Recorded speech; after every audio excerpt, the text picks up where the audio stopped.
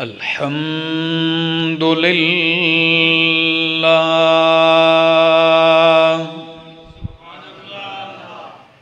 الحمد لله رب العالمين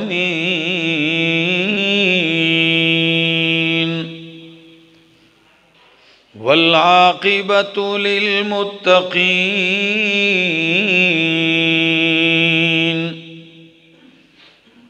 والصلاة والسلام على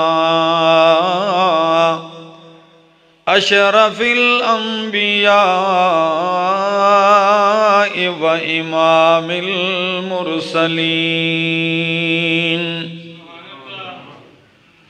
وعلى آله وأصحابه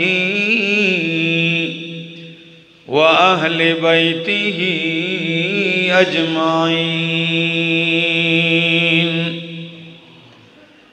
أما بعد فأعوذ بالله من الشيطان الرجيم بسم الله الرحمن الرحيم هل أتاك حديث الغاشية وجوه يومئذ خاشعة عاملة ناصبة تصلى نارا حامية تسقى من عين آنية ليس لهم طعام إلا من ضريع لا يسمن ولا يغني من جوع وجوه يومئذ ناعمة لسعيها راضية في جنة عالية لا تسمع فيها لاغية فيها عين جارية فيها سرر مرفوعة وأكواب موضوعة ونمارق مصفوفة وزرابي مبثوثة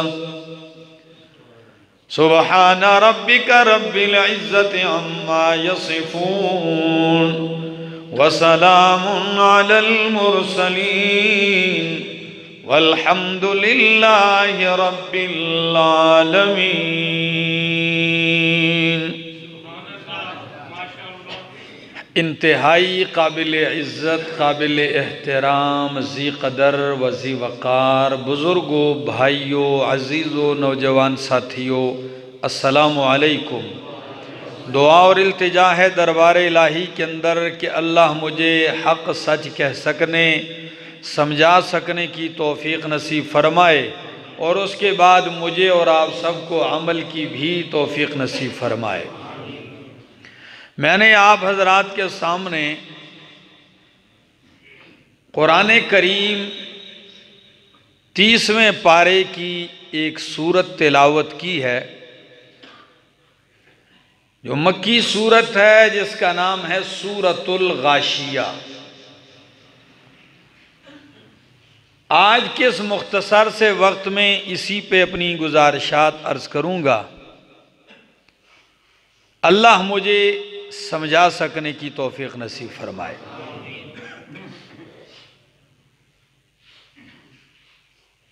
سورۃ الغاشیہ یہ مکی سورت ہے، اور اس سے پہلی سورت کا نام ہے سورۃ الاعلی، سبح اسم ربک الاعلی. اس سورت کے بعد اس سورت کو رکھا ہے. اس سورت کا دعویٰ ہے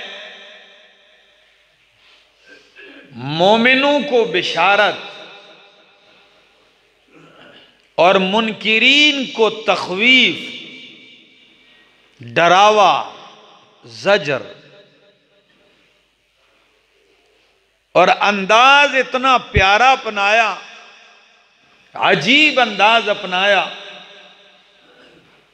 کہ اللہ نے اس صورت میں کافروں کو، منکرین کو 10 طریقوں کے ساتھ ڈرایا ہے، اور مومنوں کو، ماننے والوں کو 10 طریقوں کے ساتھ بشارتیں دی ہیں۔ اور سورت کے آخر میں پھر اللہ رب العزت نے عقل والوں کے لیے توحید پر 4 دلائل دیے ہیں۔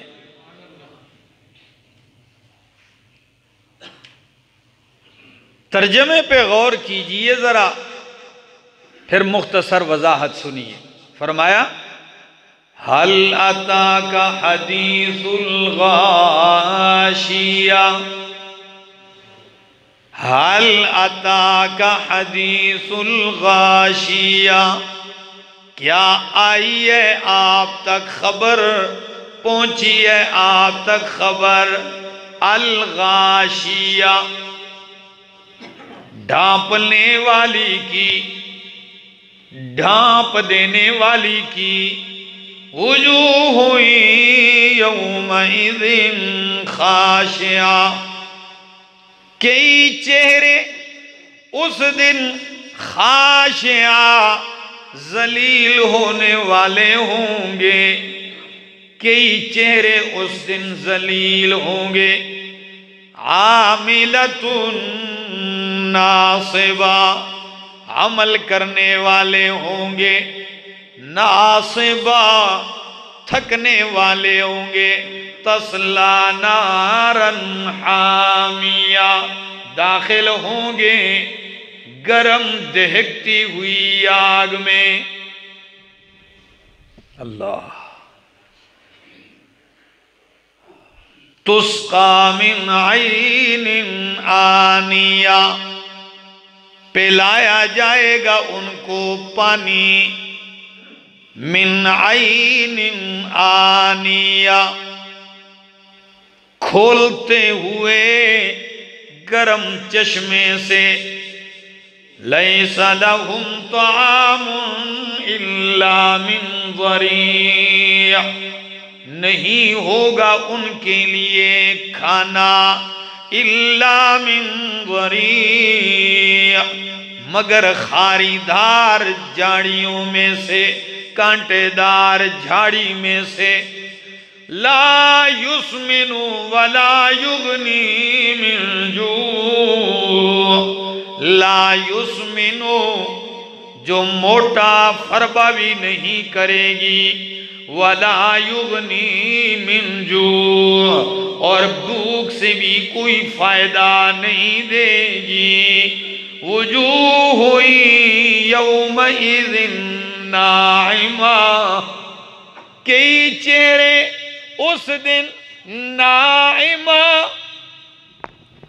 حشاش بشاش ہوں گے، ناعمہ، تر و تازہ ہوں گے، ناعمہ، نعمتوں والے ہوں گے، لسعیہا راضیہ، اپنی محنت پر، اپنی کوشش پہ راضی ہونے والے ہوں گے، فی جنت عالیہ، بلند و بالا باغات جنتوں میں ہوں گے، لا تسمع فیہا لاغیہ، نہیں سنیں گے اس جنت میں لاغیہ، کوئی لغوہ بیہودہ بات، فیہا عین جاریہ، اس جنت میں چشمہ ہوگا جاریہ، بہنے والا، جاری ہونے والا،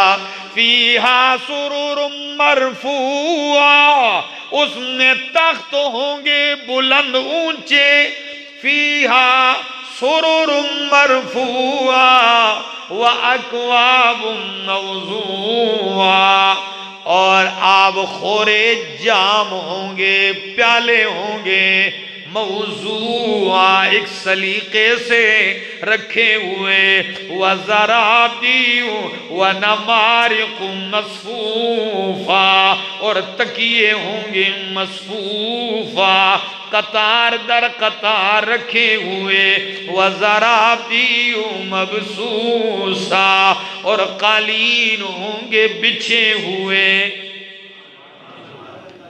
یہاں تک میں نے یہ لفظی ترجمہ کیا، اس کو تھوڑا سا،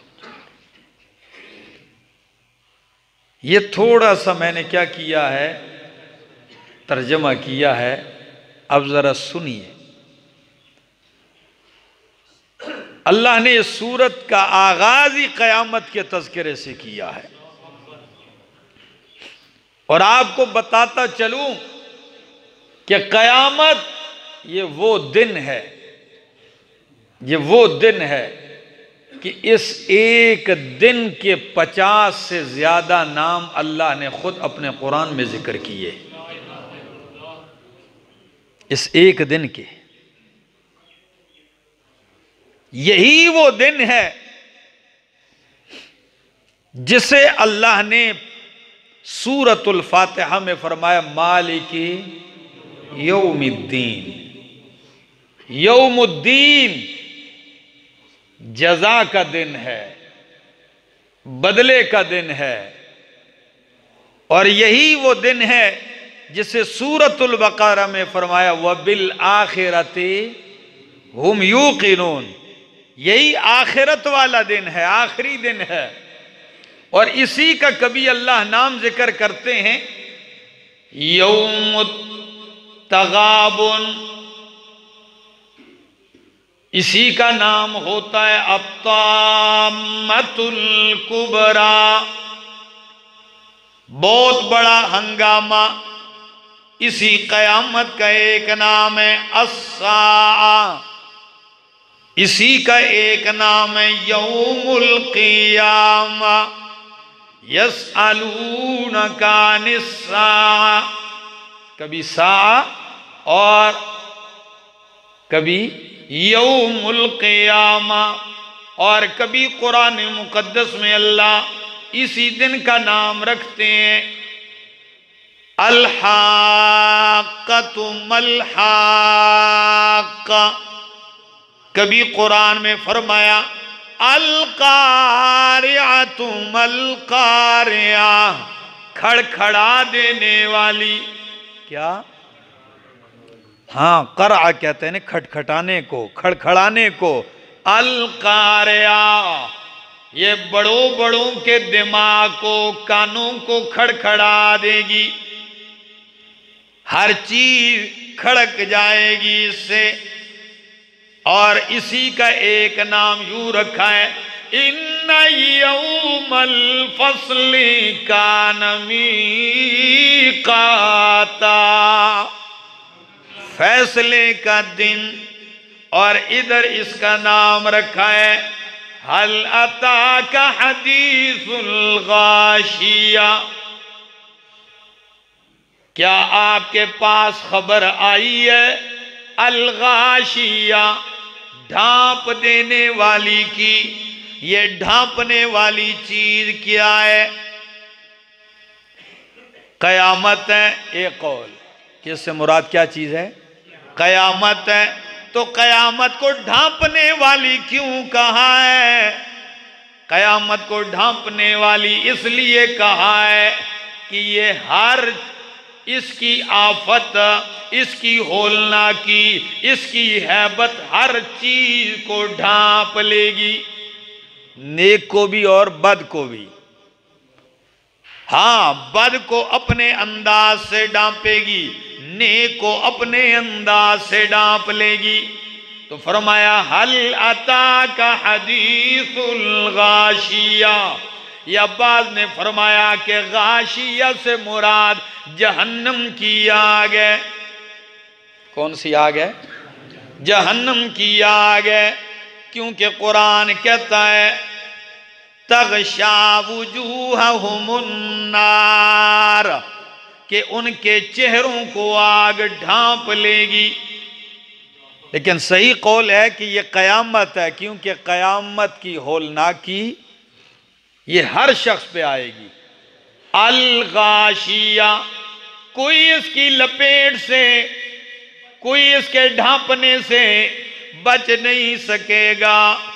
وَوُجُوهٌ يَوْمَئِذٍ خَاشِعَةٌ، ادھر فرمایا الغاشیہ، ڈھانپ لینے والی، اور دوسرے مقام پہ فرمایا کُلُّ مَنْ عَلَيْهَا فان۔ جب یہ ڈھانپے گی تو سارے کیا ہو جائیں گے؟ فنا ہو جائیں گے۔ اس زمین پہ جتنے بھی لوگ ہیں سب نے فنا ہونا ہے۔ فرمایا کیا آپ کے پاس خبر آئی ہے؟ یہ انداز استفہامی جو اپنایا ہے یہ تشویق کے لیے ہے۔ بعض فرماتے نہیں، حال بمانے قد کے ہے، یعنی قد اتاک حدیث الغاشیہ، او سننے والے تیرے پاس خبر آ چکی ہے اس ڈھانپنے والی چیز کی۔ وہ ڈھانپنے والی چیز قیامت ہے۔ اس دن کیا حال ہوگا؟ وجوہ یومئذ خاشعہ، اس دن کئی چہرے خاشعۃ ذلیل ہوں گے۔ اللہ ہم سب کو بچائے۔ وجوہ یومئذ خاشعہ، اس دن کئی چہرے ذلیل ہوں گے۔ اللہ، بلکہ آپ کو ایک بات بتاؤں، قرآن نے ایک دوسرے مقام پہ قیامت کا ذکر کیا ہے۔ فرمایا خافضۃ الرافعہ، پست کر دینے والی، ذلیل کر دینے والی، رافعہ بلند کر دینے والی، یعنی کئی ذلیل و پست ہو جائیں گے اور کئی بلند و بالا ہو جائیں گے۔ تو فرمایا وجوہ یومئذ خاشعہ، کئی چہرے اس دن ذلیل ہوں گے۔ کون سے چہرے ذلیل ہوں گے؟ جنہوں نے دنیا میں، اگر دنیا میں رب کے سامنے ذلیل ہو جاتے اس دن کی ذلت سے بچ جاتے۔ دنیا میں ذلیل ہو جاتے، خشوع خاشع خشوع اختیار کر لیتے تو اس دن کی ذلت سے بچ جاتے۔ وجوہ یومئذ خاشعہ، بہت سارے چہرے اس دن ذلیل ہوں گے۔ اور قرآن دوسرے مقام پہ کہتا ہے یوم تبیض وجوہ وتسود، کئی دن کئی چہرے اس دن سیاہ ہوں گے۔ کیسے ہوں گے؟ سیاہ۔ اور قرآن ایک دوسرے مقام پہ کہتا ہے ایسے بھی ہوں گے ترحقھا قطرہ، ان پہ ذلت چھائی ہوگی۔ قطرہ بعض کہتے ہیں لک لگی ہوگی، تارکول ہے نا، یہ ہوگی ان کے چہروں پر۔ اور کئی چہرے ان کا ذکر آگے آ رہا ہے، یہ تو ذلیل جن کے چہرے ہوں گے ان کا ذکر ہے۔ وجوہ یومئذ خاشعہ عاملۃ ناصبہ، بلکہ آپ کو چلو موقع پہ کہہ دیتا ہوں، عاملۃ عمل کرنے والے ہوں گے، ناصبہ تھکنے والے ہوں گے، داخل ہوں گے فی تصلا نارن حامیہ، داخل ہوں گے دہکتی ہوئی آگ میں، گرم آگ میں۔ ہری پور والوں سنیے ذرا اس تذکرے کو بھی، بہت سارے چہرے ذلیل ہوں گے، عمل کرنے والے ہوں گے، تھکنے والے ہوں گے۔ عمل کرنے والے، تھکنے والے، امام آلوسی ایک معنی بیان کرتے ہیں، عاملۃ فی الدنیا ناصبۃ فی الآخرہ، کئی چہرے ذلیل ہوں گے۔ کون سے؟ عاملۃ، دنیا میں تو عمل کرنے والے ہوں گے لیکن آخر میں تھکنے والے ہوں گے۔ کیوں؟ دنیا میں تو عمل اس لیے کرتا ہے کہ آخرت میں تھکاوٹ دور ہو جائے، لیکن چونکہ یہ ہوں گے مشرک، کیا ہوں گے مشرک، تو مشرک دنیا میں تھکتا ہے، محنت بھی کرتا ہے، عبادت بھی کرتا ہے، سجدے بھی کرتا ہے، مال بھی لگاتا ہے، جان بھی کھپاتا ہے، اور بدعتی بھی دنیا میں تھکتا ہے، محنت کرتا ہے، لیکن اس کی تھکاوٹ، اس کا یہ عمل آخرت میں راحت دینے کے بجائے اس کو اور کیا دے گی؟ تھکا دے گی۔ عاملۃ ناصبہ، عمل کرنے والے ہوں گے، ناصبہ، تھکنے والے آخرت میں۔ یا دوسرا معنی کہ یہ دونوں کام دنیا میں ہوں گے۔ عاملۃ ناصبہ کہ یہ ذلیل چہروں والے دنیا میں عمل بھی کیے ہیں، تھکے بھی ہیں، لیکن اس کے باوجود تصلا نارن حامیہ، دہکتی ہوئی آگ میں داخل ہوں گے۔ آپ پوچھ سکتے ہیں نا کہ عمل بھی کیے، تھکے بھی ہیں، پھر بھی آگ میں جائیں گے، کیوں؟ اس لیے عقیدہ شرک والا ہوگا اور عمل بدعت والا، تو بدعتی کو بدعات پہ ثواب ملتا ہے کہ عذاب؟ جب عذاب ملتا ہے تو خوب تھکتا رہے، لگا رہے، کیا حاصل؟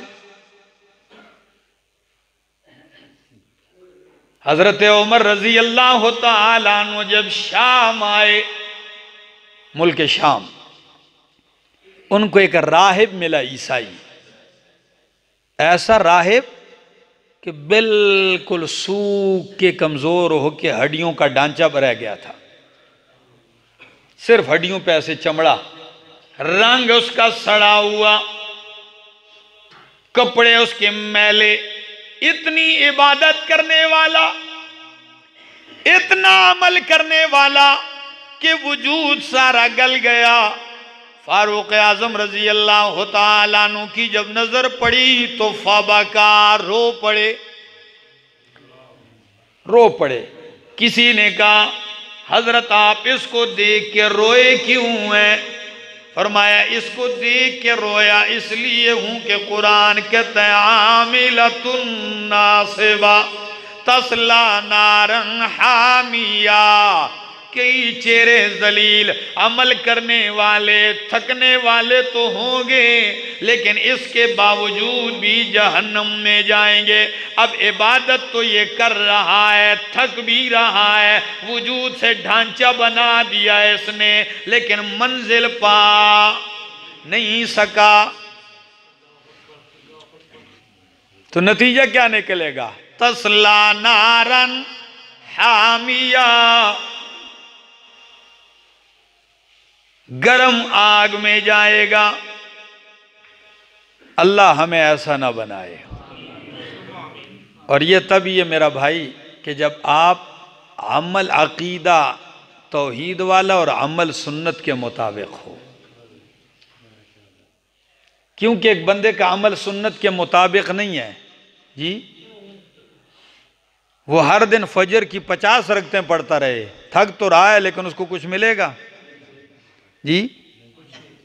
سجدہ ہر رکعت میں 2 سجدے ہیں، وہ 10 کر رہا ہے کہ چلو ثواب زیادہ ہو جائے، تھک تو وہ جائے گا لیکن ثواب پائے گا؟ کیوں؟ بدعت ہے، نبی کے طریقے کے خلاف ہے۔ تو تصلا نارن حامیہ۔ اور ایک تیسرا معنی مفسرین نے یوں کیا ہے عاملۃ ناصبہ، عمل کرنے والے ہوں گے، ناصبہ، تھکنے والے ہوں گے، یعنی قیامت کے دن آپ دیکھو گے کئی چہرے ذلیل ہوں گے اور کسی نہ کسی عمل میں لگے ہوئے ہوں گے، کسی نہ کسی عمل میں۔ اب آپ کہیں گے وہ ادھر کون سے عمل؟ ادھر عبادت والے عمل نہیں، ادھر عذاب والے عمل میں لگے ہوں گے۔ کوئی جہنم کے اندر پاؤں میں بیڑیاں لگی ہوں گی، اس کو گھسیٹ رہا ہوگا، کوئی گلے میں توک پڑے ہوں گے، اسی کو تھام کے تھک رہا ہوگا. کوئی قرآن مقدس کہتا ہے سَأُرْهِقُهُ جی سعودا، کہ اس کو سخت دشوار گھاٹی پہ چڑھنے کا کہا جائے گا. وہ چڑھ رہا ہے، تھک رہا ہے، چڑھ رہا ہے اس گھاٹی پہ، اوپر جا رہا ہے آگ کی گھاٹی پہ، پھر نیچے گر رہا ہے.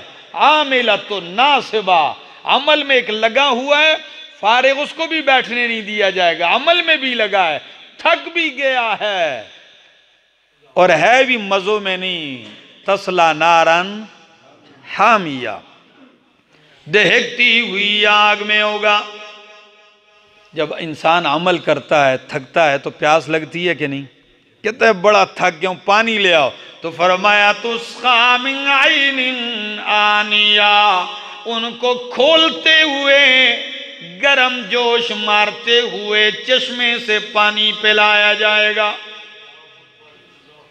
اتنا گرم ہوگا کہ وہ گرمائش سے ابل رہا ہوگا. آنیہ. اور قرآن کہتا ہے اس کی پیاس اتنی ہوگی کہ یہ ایک دم اس سے منہ ڈالے گا، اس کے اندر منہ ڈالے گا، اس کی تپش اتنی ہوگی کہ یشوی الوجوہ، اس کے چہرے کو جلسا دے گی، اس کا چہرہ پگھل جائے گا اس سے.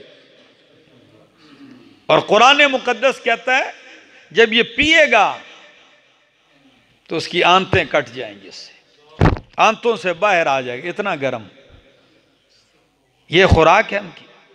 تسقا من عین آنیہ، پلایا جائے گا ان کو کھولتے ہوئے چشمے کا پانی. لیس لہم طعام الا من ضریع، لیس لہم طعام، ان کے لیے کوئی کھانا، کوئی خوراک نہیں ہوگی، الا من ضریع، مگر خارے دار، کانٹے دار جھاڑی. اب آپ سے پوچھتا ہوں ہری پور والوں، اگر آپ نے کوئی حیوانات یا چرائے ہوں یا نہ بھی چرائے ہوں تو کسی پہاڑی علاقے میں گئے ہوں یا کسی ریگستان میں، آپ نے دیکھا ہوگا وہاں پھلدار درخت تو نہیں ہوتے، کیا ہوتے ہیں؟ جھاڑیاں ہوتی ہیں. اور اس جھاڑی کے اندر بھی دو چیزیں ہوتی ہیں. اگر وہ خشک ہو تو اس کو زریع کہتے ہیں، اگر وہ تر ہو، تازہ ہو، سبز ہو، ہرا ہو اس کا رنگ، تو اس کا نام شبقر ہے.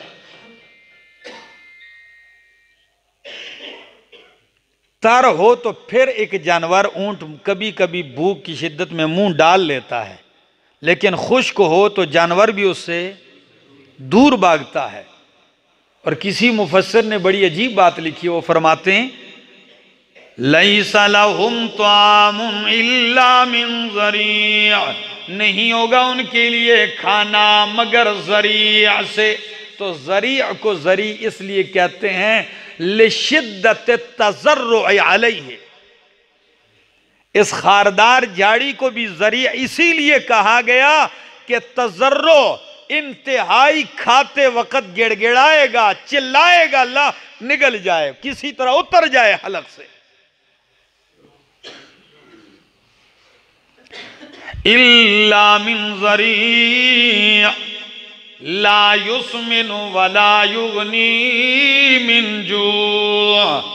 کھانا تو بندہ کھاتا ہے بھوک مٹ جائے، یا کھاتا اس لیے کہ بھوک مٹے نہ مٹے، کم از کم بدن فربا ہو جائے، طاقتور ہو جائے. قرآن کہتا ہے یہ جھاڑیاں کھائیں گے، لا یسمن ولا یغنی من جوع، نہ ان کو تازہ فربا موٹا کرے گی، ولا یغنی من جوع، اور نہ ہی ان کی بھوک کو دور کرے گی. خاردار جھاڑی کھا لے بھوک تو مٹ جائے نا کم از کم. قرآن کہتا ہے بھوک بھی نہیں مٹے گی، کھولتا ہوا پانی پیے گا پیاس بھی نہیں مٹے گی. وَوُجُوهٌ يَوْمَئِذٍ نَاعِمَةٌ، اور کئی چہرے اس دن ناعمہ، کئی چہرے اس دن ناعمہ، حشاش بشاش ہوں گے، ناعمہ نعمتوں میں ہوں گے. کئی چہرے اس دن نعمتوں میں ہوں گے. اب ذرا یہ چہرے بھی تو دیکھ لینا. قرآن کبھی کبھی ان کا ذکر کرتا ہے کہ نائمہ یہ چہرے نعمتوں والے ہوں گے، تو کبھی قرآن کہتا ہے وجوہ یومئذ ناظرۃ الی ربہا ناظرہ. کئی چہرے اس دن ناظرۃ تر و تازہ ہوں گے، الی ربہا ناظرہ اپنے رب کی طرف دیکھ رہے ہوں گے. کئی چہرے تو خاشع ذلیل ہوں گے اور کئی چہرے رب کی طرف دیکھ رہے ہوں گے، تر و تازہ ہوں گے.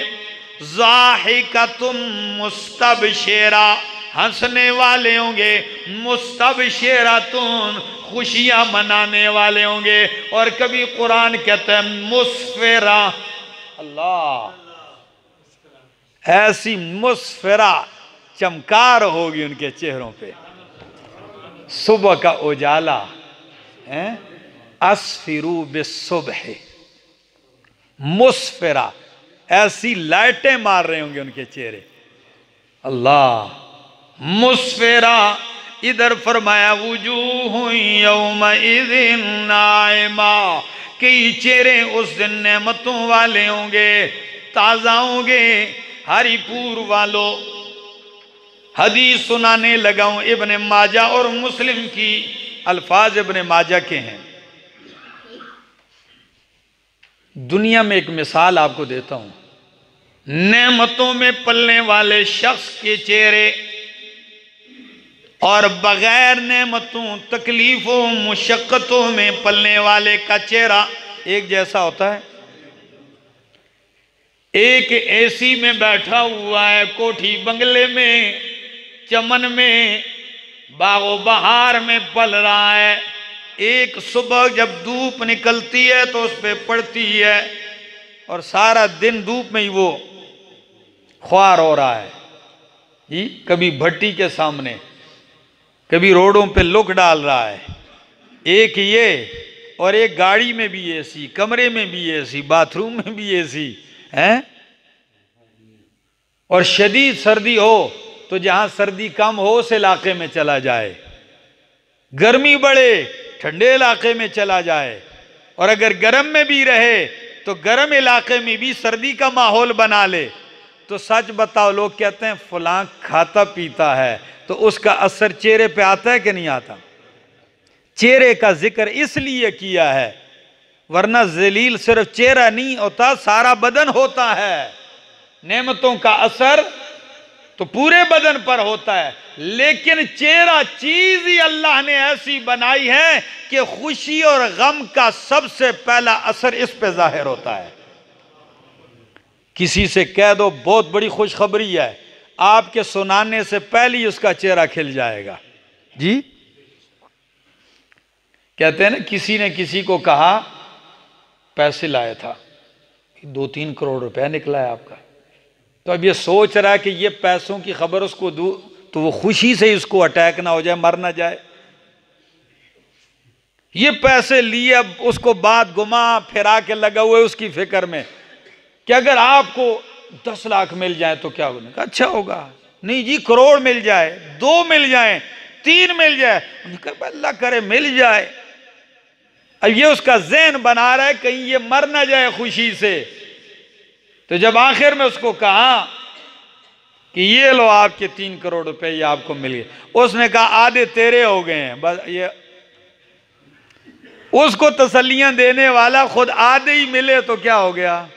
خوشی سے گر پڑا اور دل پھٹ گیا اس کا، کہتے ہیں مر گیا. میرا بھائی، لیکن جنت کا منظر یہ تو ہے ہی نہیں، وہاں تو مرنا ہے نہیں، نہ غم سے مرے گا اور نہ خوشی سے. تو چہرے پر غم اور خوشی کے آثار ظاہر ہوتے ہیں. اب ذرا ایک مثال میرے پیغمبر نے دی ہے، فرمایا یؤتا یوم القیامت بانعام اہل الدنیا، یؤتا یوم القیامت بانعام اہل الدنیا من الکفار. ہری پور والو تھوڑی دیر کے لیے دماغ حاضر رکھیے، اپنے دماغ دوڑائیے کہ پوری دنیا میں سب سے زیادہ نعمتوں میں رہنے والا کافر تصور کیجئے، پوری دنیا میں سب سے زیادہ نعمتوں میں پلنے والا کافر تصور کیجئے۔ پہلے تو آپ اپنے ذہن میں نعمتیں لائیں کہ اس کو یہ میسر ہو، یہ چیزیں جو آپ کے تصور میں خیال میں آ سکتا ہے وہ لائیے۔ پھر اس میں پلنے والا کافر، ساری زندگی گزارنے والا، اسے لایا جائے گا فَيُقَالُ، تو ایسا شخص کہ آپ کے تصور سے بھی زیادہ نعمتوں میں پلا ہو کافر، اس کے چہرے پہ کیسا اثر ہوگا؟ ظاہر بات ہے نعمتوں میں جو پل رہا ہے، اس کو لایا جائے گا فَيُقَالُ، پھر کہا جائے گا اغمسوہ فی النار غمسۃ، اس کو جہنم میں غوطہ دے دو، زیادہ نہیں، کتنا سمجھانے کے لیے فرمایا اغمسوہ فی النار غمسۃ، اس کو جہنم میں ایک غوطہ دے دو۔ جیسے ہی اس کو فیغمس فیہا، اسے جہنم میں ایک غوطہ دیا جائے گا، پھر نکال کے ثم یقال لہو، پھر اسے پوچھا جائے گا اے فلان، او فلانیا، او فلان، حل اصابک نعیم قط، تجھے کبھی کوئی نعمت بھی ملی ہے؟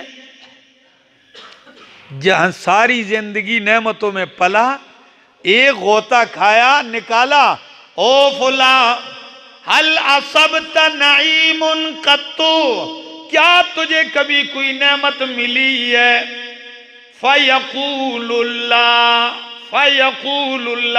ما اصابنی نعیم قط، کہے گا نہیں اللہ، مجھے تو کبھی کوئی نعمت ملی ہی نہیں۔ صرف ایک غوطہ کھانے کے بعد وہ کہے گا اللہ مجھے کبھی کوئی نعمت ہی نہیں ملی۔ یہ ایک بندے کا حال۔ اب ذرا دوسرے بندے کا حال دیکھ لیجئے۔ فَيُؤْتَى وَيُؤْتَى بِأَشَدِّ الْمُؤْمِنِينَ ضَرًّا وَبَلَاءً، پھر ایسے مومن کو لایا جائے گا جو پوری دنیا میں سب سے زیادہ تکلیفیں، مصیبتیں، غم، دکھ، پریشانیاں برداشت کرتا رہا اور انہی غموں، دکھوں اور پریشانیوں میں پلتا رہا، اسے لایا جائے گا۔ پوری زندگی ایک شخص نے دکھ، تکلیف، پریشانی اور غم ہی دیکھا ہو، خوشی نہ دیکھی ہو، اس کے چہرے کا کیا حال ہوگا؟ اللہ فرمائیں گے لے جاؤ اسے اور جنت میں ایک چکر دے دو۔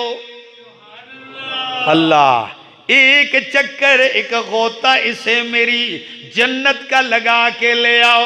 جب اسے یوں جنت میں گھما کے باہر لایا جائے گا، فَيُقَالُ لَهُ، اس سے پوچھا جائے گا او میرا بندہ، کیا تجھے کبھی کوئی تکلیف، دکھ، غم پہنچا ہے کہ نہیں؟ وہ پکار کے کہے گا اللہ مجھے تو کبھی غم، تکلیف، دکھ کبھی پہنچا ہی نہیں ہے۔ تو ہری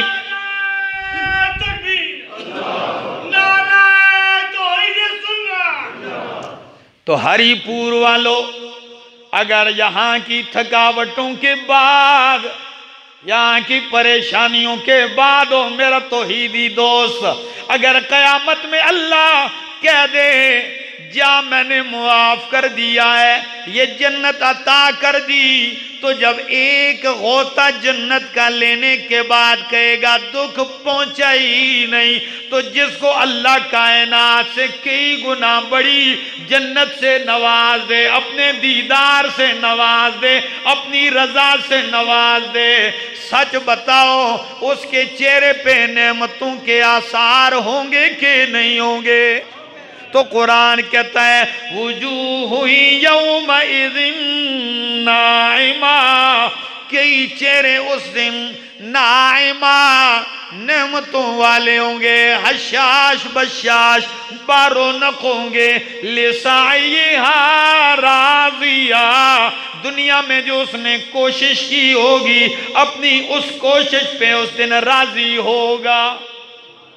اس کوشش پہ کیا ہوگا؟ ادھر تو کہتا ہے نا لوگ خفا ہیں کہ ان کو ایک دو غم ملے ہیں، لوگ خفا ہیں کہ ان کو ایک دو غم ملے ہیں، ہم خفا ہیں کہ جو لاکھ غم ملے ہیں وہ بھی کم ملے ہیں۔ جی یہاں تو یہ کہتا ہے کہ پریشانی، لیکن جس دن اللہ نواز دے تو کہے گا مجھے تو غم پہنچا ہی نہیں ہے۔ یہاں تو پریشان ہو کے انسان کبھی کیا لکھتا ہے، کبھی کیا لکھتا ہے، درد ہو دل میں تو دوا کیجئے۔ غالب بھی کیا کمال کے اشعار کبھی کہتا ہے، درد ہو دل میں تو دوا کیجئے، دل ہی جب درد ہو تو کیا کیجئے۔ لیکن میں کہتا ہوں جب رب اپنا دیدار عطا کر دے، جی جب رب اپنا دیدار عطا کر دے، جنت میں بسیرا کر دیے، تیرا بسیرا کر دے، پھر تم اور کچھ نہیں واہ واہ کیجئے۔ یہ وجوہ یومئذ نائمہ، کئی چہرے تازہ ہوں گی، لسعیہا راضیہ، اپنی کوشش سعی پہ راضی ہونے والے ہوں گے، فی جنت عالیہ، بلند و بالا جنت میں ہوں گے، لا تسمع فیہا لاغیہ، اس میں کوئی بیہودہ بات نہیں سنیں گے۔ یہاں بندہ محنت کر کے کوشش کر کے پیسہ لگا کے جھوٹ بول کے اقتدار حاصل کر لیتا ہے، لیکن گالیاں بھی سنتا ہے۔ ایسا ہے کھپا کھپا کے مال لگا کے جھوٹ بول کے پہنچ جاتا ہے آخری اس کرسی تک جس کے لیے ساری زندگی اس نے لگائی ہوتی ہے، پہنچ کر بھی پھر اور کچھ نہ ملے تو گالیاں تو وہ پڑھتا بھی ہے، دیکھتا بھی ہے۔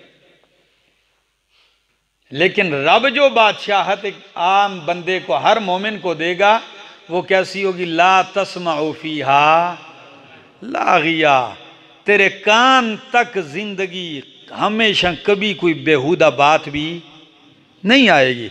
لا تسمع فیہا لاغیہ، لغو بات نہیں سنیں گے اس میں۔ فیہا عین جاریہ، اس میں عین چشمہ ہوگا، جاریہ جاری ہونے والا۔ یہ جاریہ اس لیے بھی کہا کہ چشمے تو ہوں گے لیکن تیری منشا کے مطابق تو جدھر چاہے گا ادھر ہی بہنے لگ جائے گا۔ تو کہے گا میرے گھر کی طرف آ تو جاریہ ادھر جاری ہو جائے گا، کمرے کی طرف آ، یہ ایک نہیں، ایک قسم کی نہر نہیں، مختلف قسم کی نہریں، دودھ کی الگ ہے، شہد کی الگ ہے، شرابن طہورہ کی الگ ہے، ٹھنڈے پانی کی الگ ہے، یہ نہریں ہیں، چشمے الگ ہیں، اور سربہ مہر کافور اور مشک کی موریں لگی ہوئی پیک خوبصورت اور پاکیزہ شراب الگ ہے۔ پر ایک بات ضرور ہے، یہاں ان پلیتیوں سے اپنے آپ کو بچاؤ گے تو وہاں یہ پاؤ گے۔ اللہ کی قسم، لوگ کہتے ہیں مجھ سے نسوار نہیں چھوٹتی، لوگ کہتے ہیں بڑی کوشش کی نسوار نہیں چھوٹتی، کئی جو ہے وہ کالی مرچیں ادھر رکھتے ہیں، کئی اور چیزیں رکھتے ہیں۔ میں کہتا ہوں جس دن تو نے کہا کہ یہ میں کسی مخلوق کے لیے نہیں، اللہ تیرے لیے چھوڑ رہا ہوں، اور دل سے پختہ عہد کر لے، اللہ کی قسم یہ تیرے منہ کے قریب بھی کبھی نہیں آئے گی۔ صحابہ کرام کے زمانے میں جب صرف حکم آیا کہ پلیتی ہے چھوڑ دو، تو مدینے کی گلیوں میں شراب ایسی بہنے لگی، کسی نے آ کر اتنا بھی نہیں پوچھا کہ اللہ کے رسول جو پڑی ہے یہ تو پی لینا، کسی نے یہ بھی نہیں کہا اللہ کے پاک پیغمبر چلو پینا تو میں نے چھوڑ دیا، میری تو دکان ہے تو اس کا کیا کروں، بیچنے کی اجازت تو ملنی چاہیے نا، کم از کم جو سودا پڑا یہ تو بک جائے۔ رب کعبہ کی قسم وہ برتن بھی صحابہ نے توڑ دیے تھے۔ پھر کسی نے آ کے نہیں کہا اللہ کے پاک پیغمبر جی سر میں درد ہوتا ہے، تیسرا دن ہے دماغ چکرا رہا ہے، اللہ کے پاک پیغمبر جی ہو رہا ہے، نہیں، اللہ کی قسم وہ اللہ کی محبت میں ایسے سچے تھے کہ جب کہا چھوڑ دو تو پھر ادھر منہ کیا ہی نہیں کبھی۔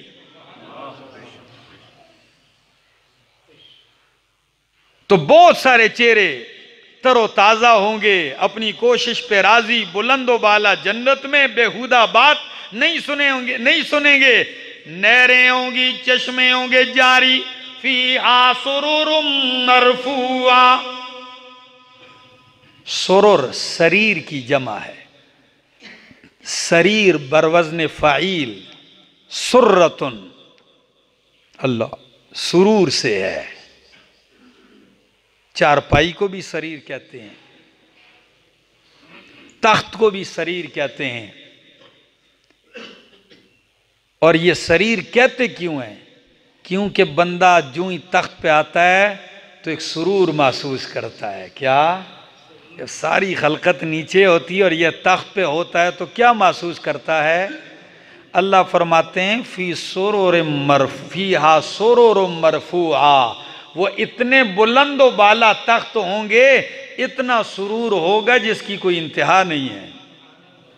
بلند و بالا تختوں پہ ہوں گے، وَأَكْوَابٌ مَوْضُوعَةٌ، اور رکھے ہوئے آب خورے ہوں گے، موضوعہ، ایک سلیقے کے ساتھ۔ دنیا میں امیروں کی مجلس آپ دیکھیں گے نا تو چیزیں بڑی سلیقے کے ساتھ رکھی ہوتی ہیں، اور غریب کے گھر چلے جاؤ تو اس کا ایک کمرہ گودام ہوتا ہے۔ میرے جیسے غریب کہ گھر میں آؤ تو میری گھر والی کبھی کہتی ہیں آپ کمرے میں یا تو خود رہیں یا کتابوں کو رہنے دیں۔ ٹیبل پہ کتاب پڑی، اوپر کتاب ہے، تکیے کے پاس کتاب پڑی ہوتی ہے۔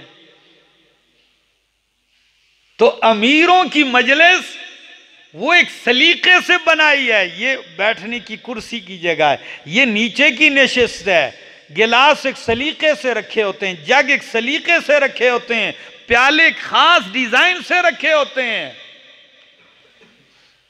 ایسا ہے؟ تو اللہ فرماتے ہیں ادھر کا منظر ابھی ذرا سن لو نا، فیہا سرور مرفوعہ، بلند و بالا تخت ہوں گے، وَأَكْوَابٌ مَوْضُوعَةٌ، اور آب خورے ہوں گے، جام ہوں گے بھرے ہوئے، رکھے ہوئے ایک سلیقے کے ساتھ، وَنَمَارِقُ مَصْفُوفَةٌ، اور صف در صف رکھے ہوئے تکیے ہوں گے، بنے ہوئے ریشم کے ہوں گے، اوپر کڑائی سونے کی تاروں سے ہوئی ہوگی، وَنَمَارِقُ مَصْفُوفَةٌ، تکیہ لگاؤ، وَزَرَابِيُّ مَبْسُوسَةٌ، اور قیمتیں قالین ہوں گے، بچھے ہوئے قالین ہوں گے، حد نگاہ تک قالین ہی قالین بچھے ہوں گے۔ اللہ میرا بھائی، جنت ہر دن آراستہ ہوتی جائے گی۔ کیا؟ آراستہ ہوتی جائے گی۔ آپ اپنی بیٹھک کو کبھی کرسیاں اٹھا کے ایک طرف کرتے ہیں، کبھی اٹھا کے دوسری طرف کر دیتے ہیں، یہ مجلس تبدیل کرنے کے لیے، خوبصورتی کے لیے، کبھی اس کا لک بنانے کے لیے، ایسے ہو جائے ایسے۔ جنت ہر دن آراستہ اور بدلتی جائے گی، یہاں تک کہ حدیث میں آتا ہے کہ جنتی جب اللہ کے دیدار کے لیے جائے گا واپس آئے گا تو چہرہ اس کا بھی بدلہ ہوگا اور اس کی بیوی کا بھی بدلہ ہوگا، اس حسن میں اضافے کی وجہ سے۔ دنیا میں بندہ نعمت استعمال کرتا ہے تو اس کا اثر بڑھتا ہے۔ اور یہ بھی آپ کو بتاؤں کہ دنیا میں تو جیسے وقت گزرتا ہے تو خوبصورتی کیا ہوتی جاتی ہے؟ ختم ہوتی جاتی ہے نا جی۔ چہرے کی وہ چمک رونق آہستہ آہستہ ماند پڑھتے پڑھتے پڑھتے اس پہ اتنی لکیریں پڑ جاتی ہیں جیسے کسی مکڑی نے جالا تن دیا ہو۔ جنت میں ایسا نہیں ہوگا، ہر دن تازگی بڑھتی جائے گی۔ اور جب یہ چہرہ رب کے چہرے کے سامنے ہوتا ہوگا تو تازگی کیوں نہ بڑھتی ہوگی۔ وَنَمَارِقُ مَصْفُوفًا وَزَرَابِيُّ مَبْثُوثًا، قالینیں بچھی ہوں گی، ذہن میں سوال آئے گا، اے ربا بلند و بالا تخت ہوں گے، قالینیں ہوں گی، یہ کیسے اونچ نیچ ہوگا؟ فرمایا او میرا بندہ کوئی مشکل نہیں میرے لیے، آسمان اتنی عظمتوں بلندیوں کے باوجود تیرے رب نے تیری خدمت میں لگا دیا ہے، زمین باوجود پستی کے بغیر تیری جستجو کے تیرے کام میں لگی ہوئی ہے، پہاڑ اپنے کام میں لگے ہوئے ہیں، اونٹ کی خلقت دیکھ، اتنی عجیب خلقتوں کے باوجود وہ تیرا خادم بنا ہوا ہے۔ جو تیرا رب یہ تیرے سامنے یہ اونچ نیچ پستی بلندی کے نظارے دکھا سکتا ہے، وہ تجھے جنت میں بھی اونچی بلندیوں پستیوں کے نظارے دکھا سکتا ہے۔ افلا ينظرون الى الابل كيف خلقت، کیا یہ نہیں دیکھتے اونٹ کی طرف کیف خلقت، وہ کیسے پیدا کیا گیا ہے، وَإِلَى السَّمَاءِ كَيْفَ رُفِعَتْ، کیا آسمان کی طرف نہیں دیکھتا کس طرح اللہ نے اسے بلند کر دیا ہے، وَإِلَى الْجِبَالِ كَيْفَ نُصِبَتْ، پہاڑوں کی طرف دیکھ رب نے کس طرح ان کو گاڑ دیا ہے، وَإِلَى الْأَرْضِ كَيْفَ سُطِحَتْ، اور زمین کی طرف دیکھ رب نے کس طرح اسے بچھا دیا ہے۔ جو رب اتنی زمین بچھا سکتا ہے وہ جنت میں تیرے لیے قالین بھی بچھا سکتا ہے۔ اور بعض شیوخ تو یوں معنی کرتے ہیں، وہ فرماتے ہیں یہ جنت کے تذکرے، یہ جہنم کے تذکرے، یہ سناؤ قرآن کا مبلغ او دائی وعظ کرنے والے، لیکن اپنے اندر یہ چار صفات بھی پیدا کر۔ کتنی صفات؟ کتنی مخلوقات در ذکر کی ہیں؟ چار، آسمان، پہاڑ، زمین، اونٹ، کتنی؟ چار چیزیں ذکر کی، فرمایا چار صفات اپنے اندر پیدا کر۔ قرآن کی دعوت دینے والے کون سی چار صفات پیدا کر؟ تیرا حوصلہ، تیرا ارادہ، تیرے عزائم پہاڑ آسمان سے زیادہ بلند ہونے چاہیے۔ تیری سوچ اور فکر کتنی بلند ہو؟ آسمان جیسی۔ اچھا، اور تیرا عقیدہ، تیرا نظریہ، تیرا اپنے عقیدے پہ جمنا پہاڑ جتنا مضبوط ہونا چاہیے۔ جیسے پہاڑ نہیں ٹلتا، تجھے بھی لوگوں کی ادھر ادھر کی باتوں سے اپنے مقصد سے ہٹنا، پہاڑ جیسا ڈٹ جا، مضبوط ہو۔ اچھا، اونٹ جیسی ہمت کر۔ کیا؟ اونٹ جیسی ہمت کر، بھوکا ہو تب بھی چلتا ہے، پیاسا ہو تب بھی چلتا ہے، زمین ہو تب بھی چلتا ہے، مٹی پہ بھی اور ریگستان ہو تب بھی چلتا ہے، رکتا نہیں ہے، چل رہا ہے۔ یہ ہمت ہو تیرے اندر، اور زمین جیسی عاجزی ہو تیرے اندر کہ ظالم بھی کود رہا ہے اس پہ، بدماش بھی اس پہ چل رہا ہے، قاتل بھی اس پہ چل رہا ہے، سب کے لیے نرم ہو چکی ہے۔